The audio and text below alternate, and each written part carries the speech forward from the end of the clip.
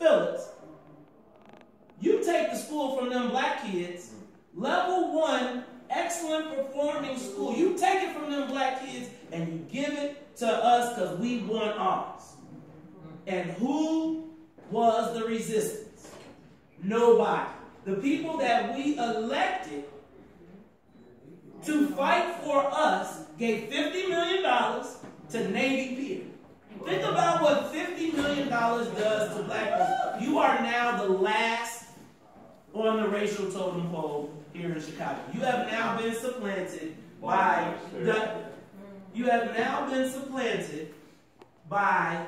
the Asians and the Latinos. Correct?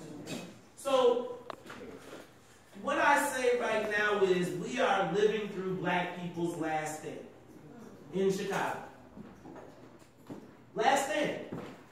Nobody's asking any questions, and guess what? Nobody even is talking about it. The white folks that are running are like, don't talk about it. Shh. Shh. And so, right now, as I'm screaming, I'm jumping on the radio, I'm yelling, I'm saying, y'all, it's going down right now. And when they bang the gavel, and the numbers come in on election night, you look who's standing up there on the stage. You look at who they have made the promises to, and tell you this, and we're gonna move. The mayor's race. Black people don't have a lot of money, political money, right? So campaign, you got people power, you got money power, right? One of the things that people probably don't recognize, and I'm not promoting a manual, but as this situation happened with Trayvon and his black, he started pulling a lot of black people in, just trying to put the fires out. So you got a black chief of police, you got a black, regardless how you feel, you got a black fire guy, you got the water department, there are more black people in high positions of power right now in in Chicago, than probably at any time that we've known. Now you don't see it, but that is all the political capital that is being promised away in exchange for a black mayor. So if we got a mayoral candidate that has no money, the only thing she got is your ass to trade away. I'm serious. So you gotta look at that. Now we are living right now through black people's last stand in Illinois. And the fact that we refuse to hold anybody accountable, anybody. Like you ask the question, and it's like you gotta walk through these neighborhoods. The votes that we have the largest number of black elected officials in the country. The country. When you go out of state, they say, wait a minute. You go to states where it's like 2 black legislators. And they like, look, these things, they can tell you what, they don't call it what's in it for the black people, but they got a list of what they accomplished. You talk to our elected officials and you ask them what's in it for the black people. Y'all black people, right? Yeah. They shouldn't be offended at that question. If I'm telling you, I'll be running to the front. What's in it for the black? Oh, I got a list. This is what I did.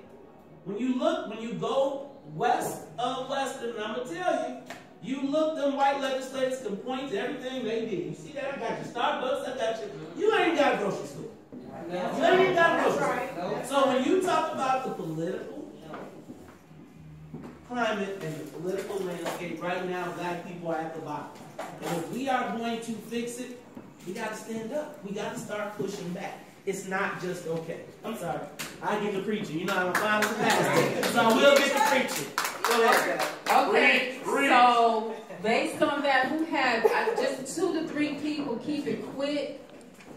Questions about what he just said, or do you feel like what he said was on point, or would you challenge him? I just have a question. Yes, ma'am. Yes. Like as someone who considers herself to be educated, I work in corporate America, but sometimes when we go to these events, I don't know the right questions to ask. How do we get to the meat of the conversation when we really don't know exactly what to ask? Because we're not thinking long term like that a lot of times in our community. Let me tell you this. I would tell you this. I think that's what you're doing here. Exactly. Right? You are developing your agenda.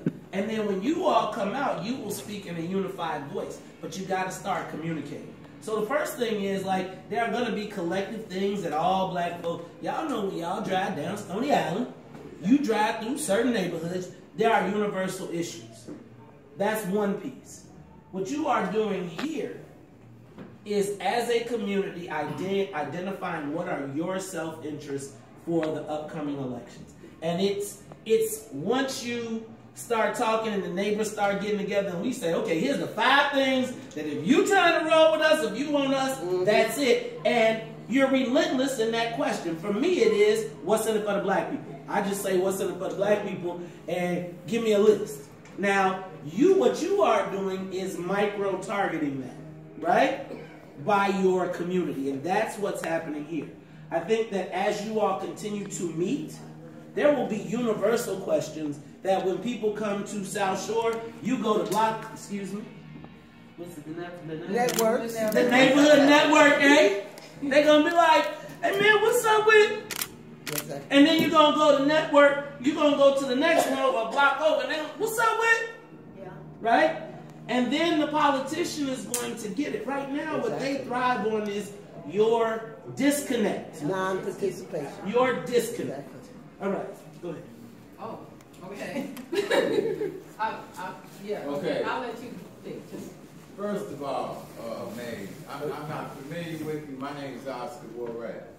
So, in your presentation just a minute ago, we're not in the first black mayoral campaign. We're in a situation where the black vote is being picked off. And we have a bunch of black folks that want to be mayor based on personality. So we don't have a black political empowerment movement in Chicago as a whole. So the politicians, black or white, are picking off the black vote one by one, block by block, organization by organization, and church by church. So what Val's program here today is to develop an agenda. You're absolutely right about the census and the upcoming map and how the Asians and the Latinos have pushed us aside. So I agree on that. Our purpose here is to develop the agenda that we do need to put forth in the election cycle. And here's the bottom line. As a result of this whole thing about J.B. Pritzker's discrimination lawsuit from some black folks that were working on him is a sign of the times, as far as I'm concerned. And you're right, I work for water management. I work for a situation where the systemic racism and sexism has been created over a period of time, and you have a black individual that came from another department that doesn't have a lot of knowledge about what is really going on. So that's what Ron did. So I have one thing. What's your question? My question is, how in this room do we begin to identify the political movement that we do need to unite the black vote? I think that's the purpose. I think the purpose of this meeting is that. I think fundamentally the purpose of this meeting is to start talking about your collective self-interest. I think it starts with, you got to know the people you're working with. You got to build your army. You got to know 10 people. Right. All right. About 10. Okay, one more and then we're going to the next question. Who has the hand? Okay. Go ahead. Okay. Thank you. Well, I do know Brother Mays. He is prophetic, insightful. Listen to him on the regularly on WVON Morning Show. And as you said, well, one of the questions we should pose as we look at the election season is, as Mays put, it's a battle over resources. So one question we need to pose: what is your budget? What question do you have? What is your, just an observation and then a question, if I may. Hey, what is your budget? What is your staffing of black people? What is the amount of contracting you do with black people? And just an observation briefly, Chicago's not broke. I refer you to a book called by Tom Tressor, Chicago's Not Broke. If they have 25 million for Ferris wheels, but no money for your schools, they're lying. You can go to the Finance Committee agenda and see where millions of dollars are being allocated for apartments or tax incentives. They're lying. They have $25 billion to fund Boeing in contracts. They have $300 million to keep 50 schools open, 1,000 teachers working. So to Brother Mays, you know, I wonder if you would maybe address some of this quantitative issue in terms of this argument that somehow we don't have enough money and to address our needs. How are all these skyscrapers going up with city, county, and state dollars and not in our community? So I think that it is, again, the issue of advocacy, right? It is, what are you asking for, right? And I think, again, it goes back to this, right? What are your collective self-interests? Have you identified them? So, right, everybody assumes that we know, man, all black people need this. What are the 5 issues that you care about? You don't know. So it begins with this. It may not be that you want skyscrapers built in South Shore. I doubt you do. So it begins with, again, identifying your self-interest. Let's go to the next one. Okay, what? He really said what I was going to say, so move on. So let's go to the next question. Now, this is the thing. We kind of already know some of the statements that are being made. We need to just get to the questions. We have to be out of here at 2:30, okay? So, the next question is, I can skip that one at this point. 2 things that really caught my attention last week. The difference between whites and blacks was whites asked for business contracts and blacks asked for social services. Can you explain that? Yeah, I think it's pretty simple. Black folks have looked at government as from a social perspective, right? I think that we as black folks what? Get it up. Get it. Take it out. Get it out. I think that black folks have benefited from government from a standpoint of we've used a lot of services, right? So when you think of government, you think of your teacher, you think of, your garbage man, you think of government, you think about your social services, your programs, etc. Government legislates wealth, Yes. right? Yes. So we over-index in social services. Everybody benefits from social services. Everybody.